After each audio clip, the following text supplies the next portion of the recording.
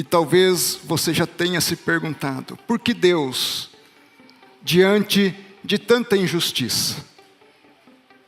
Por que Deus, diante de tantas situações de perseguições, não intervém e faz cessar a injustiça, e faz cessar as perseguições? O ministro André Mendonça humilhou o ministro Alexandre de Moraes com uma dura lição, que também serve, aliás, para os seus outros coleguinhas ministros do Supremo, sobre o que significa ser de verdade um juiz. Todos esses movimentos de 7 de setembro, como ministro da Justiça, eu estava de plantão com uma equipe à disposição, seja no Ministério da Justiça, seja com policiais da Força Nacional que chegariam aqui em alguns minutos para impedir o que aconteceu. Ele deu um voto técnico e não político e tecnicamente perfeito no julgamento dos réus do 8 de janeiro, como aliás todos os demais ministros deveriam também fazer, né? Lê aqui comigo a manchete que saiu aí na CNN. André Mendonça diverge e vota para absolver 17 réus do 8 de janeiro. Aí André Mendonça. E aqui vem a reportagem dizendo que o ministro André Mendonça, do STF, abriu divergência nos processos que correm na corte para condenar ou absolver mais 17 réus pelos atos antidemocráticos do 8 de janeiro de 2023. Por enquanto, 4 ministros, Alexandre de Moraes, Dias Toffoli, Cristiano Zanin e Flávio Dino, foram a favor das condenações. Já Mendonça é a favor de absolver os réus. Ou seja, a turma de sempre, a turma do Xandão, a turma do Big Xande, agora querer internacional, né? Essa turma votou para condenar os réus do 8 de janeiro, dando decisões políticas vingativas, enquanto vem aí o André Mendonça e faz o quê?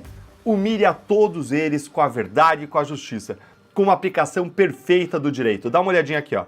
Segundo o ministro divergente, que é o André Mendonça, as provas apresentadas contra as 17 pessoas não são sólidas a ponto de levar à condenação. Ele também entende que há ausência de dolo, ou seja, de intenção. Já vou te explicar isso aqui.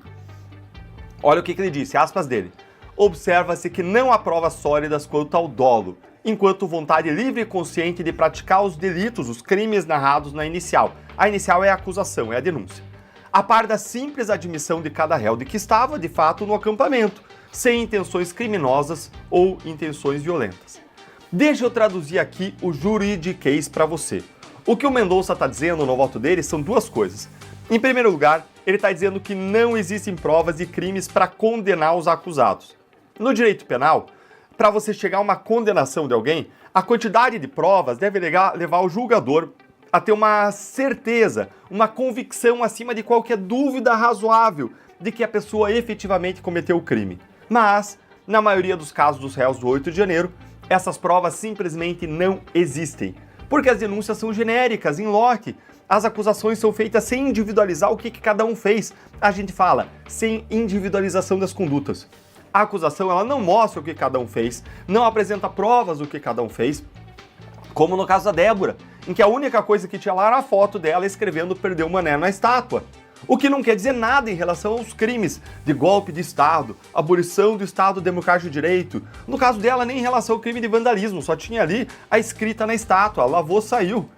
Quando não tem prova individualizada da conduta de cada um, você não condena.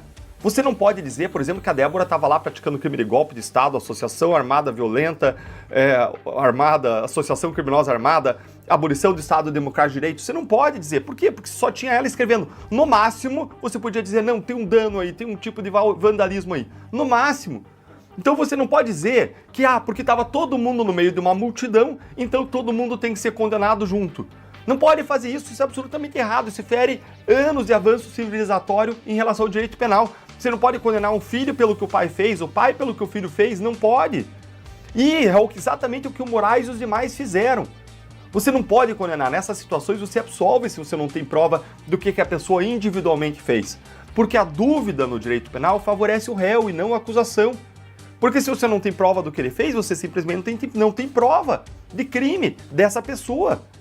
Isso é básico. E mais, em segundo lugar, o André Mendonça ele disse que não tem prova também em relação à intenção. Ele chamou ali de dolo, que é o termo técnico. Você não tem prova da intenção daquelas pessoas de que elas queriam de fato abolir o Estado de Direito ou dar um golpe.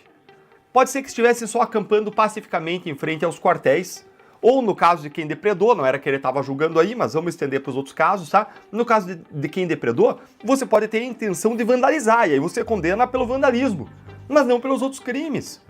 Ou, para quem só estava lá, podia ser que a pessoa estava lá protestando contra a eleição de Lula, ou contra a interferência eleitoral do TSE, exercendo aí o seu direito à reunião e à livre manifestação.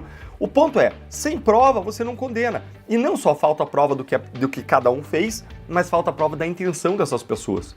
No nosso direito, a pessoa só pode ser condenada por um crime intencional se a gente provar a intenção dela. E nesses casos, simplesmente não tem provas. Por isso, o advogado André Marcília, ele bem resumiu a decisão aqui do André Mendonça. Olha aí na tela. Mendonça acertou no voto. Se alguém depredou, o ilícito é a depredação. Pro restante das pessoas que só se manifestou, a absolvição.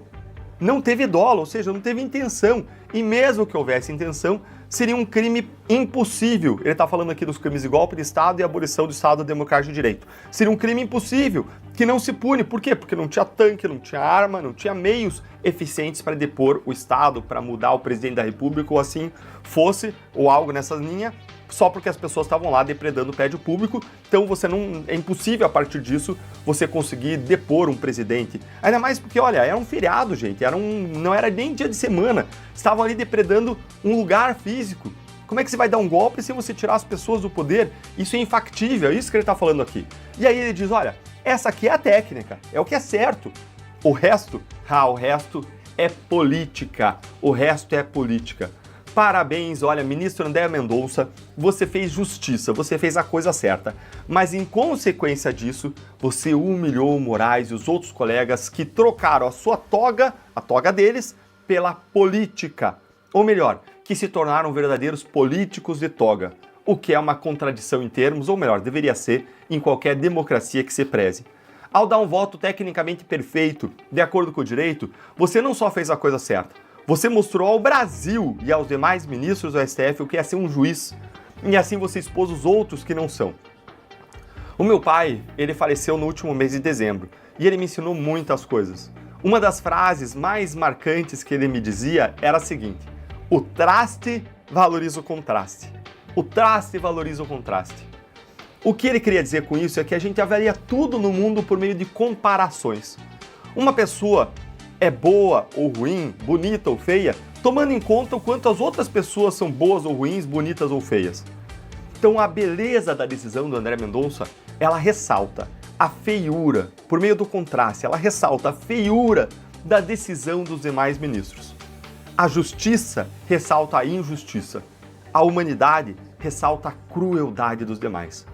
Agora eu quero ouvir a sua opinião. O que você achou aí do voto do ministro André Mendonça?